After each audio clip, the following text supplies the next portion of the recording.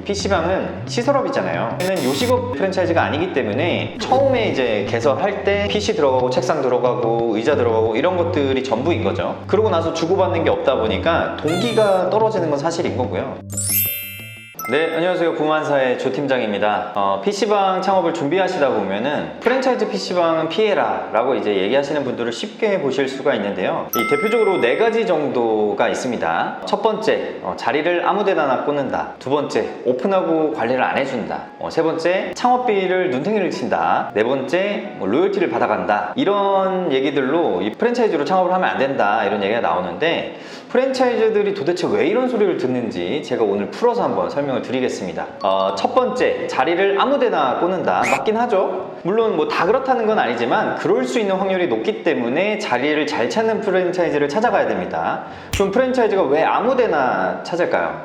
PC방 프랜차이즈는 빨리빨리 계약해야 살아남는 구조를 가지고 있기 때문에 그렇습니다. 이 고정비가 높은 프랜차이즈일수록 더 그럴 확률이 많은 건데, 마케팅비만 한 달에 뭐 3천만 원에서 4천만 원 정도 가져가는 거고, 연예인 광고를 하는 이제 프랜차이즈다 그러면 뭐 몇 억은 이제 우습게 이제 나가는 거죠. 거기에 이제 직원도 많이 데리고 있다, 그렇게 해서 고정비가 많이 나가고 있는데 계약이 없다? 그러면 이제 매월 그만큼 적자가 나는 겁니다. 근데 이게 점포 찾는 건 회사 문제가 아니라 점포 찾는 직원의 역량 아닌가요? 라고 할 수도 있는데 아닙니다. 이게 회사가 계약이 없으면 망하는 구조다 보니까 애초에 점포 직원에게 많은 시간을 줄 수가 없어요. 이 좋은 점포를 찾다 보면 창업할 수 있는 자금과 지역이 한정적이기 때문에 오래 걸릴 수도 있는 거거든요. 하지만 뭐 영업사원이 계약을 해왔는데 점포 직원이 좋은 자리를 찾겠다고 막 지지부진 뭐 시간을 계속 끌고 있으면 이 점포 직원 본인도 돈을 못 벌어가고 있는 거지만 본인 때문에 같이 못 벌어가게 되는 영업사원도 눈치를 주는 거죠. 그리고 궁극적으로 회사도 돈을 못 버는 거기 때문에 엄청나게 같이 압박을 주게 됩니다. 그러니까 일단 뭐 아무데나 빈자리 있으면 여기 좋은 자리라고 꼬드기고 막 계약을 하게 되는 구조를 가지고 있는 거예요. 근데 이제 뭐 다들 자리가 PC방 성공의 절반이다, 절반 이상이다 라고 얘기를 하면서 언행불일치 사태가 계속 발생이 되는 겁니다. 제가 생각하는 실력 있는 프랜차이즈라고 하면 가맹점 중에 80% 이상이 개인 PC방이나 전국 평균보다는 훨씬 잘 되고 있어야 성공 매뉴얼다운 매뉴얼을 가지고 있다라고 이제 볼 수가 있는 거고, 성공 매뉴얼을 판매하는 게 프랜차이즈니까요. 그리고 뭐 자리도 아무데나 찾지 않는다라는 걸 이제 증명을 하는 거죠. 그게 곧바로. 그래서 예비 창업자라면 내가 어느 브랜드를 상담을 받았다 그러면 그 브랜드를 여러 매장 방문해 본 건 당연한 거고요. 그리고 가맹점들 전체 매출 공개를 통해서 평균적으로 모두 잘 되고 있는지 확인해 볼 필요도 있습니다. 자, 두 번째, 오픈하고 관리를 안 해준다.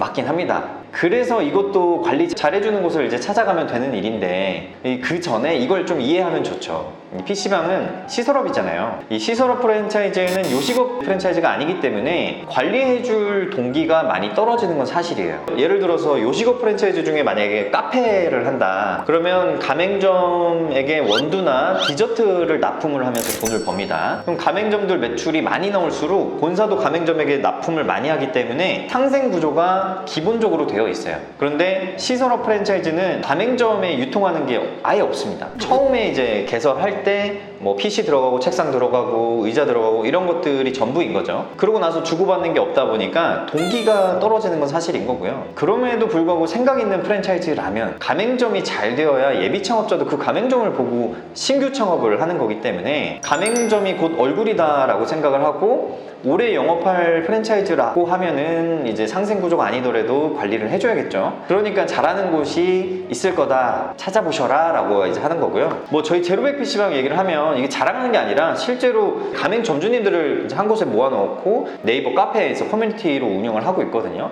거기서 이제 점주님들께 다양한 공지도 해드리고 여러 가지 정보도 제공을 해드리고 있는데, 저희 제로백처럼 점주들 모아놓고 커뮤니티를 운영하는 곳이 있는지 한번 찾아보세요. 있으면 그래도 이해관계가 그래도 없는데도 불구하고 열심히 관리를 하는 거라고 볼 수 있습니다.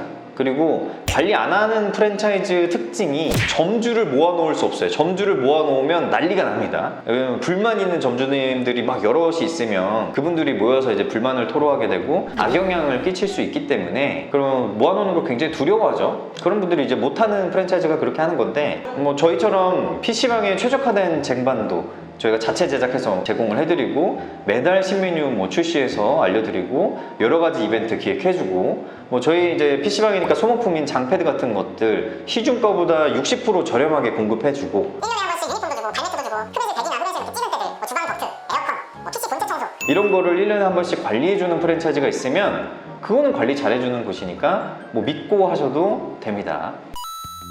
그리고 세 번째, 창업비를 눈탱이를 친다. 그런데 이게 얼마를 남겨먹으면 눈탱이일까? 그래서 팩트만 말씀드리면 과거에는 실제로 1억 넘게 마진을 책정해놓고 창업을 이제 시켜주는 그런 경우도 실제 했습니다. 그런데 지금은 그렇게 하면 프랜차이즈 망합니다.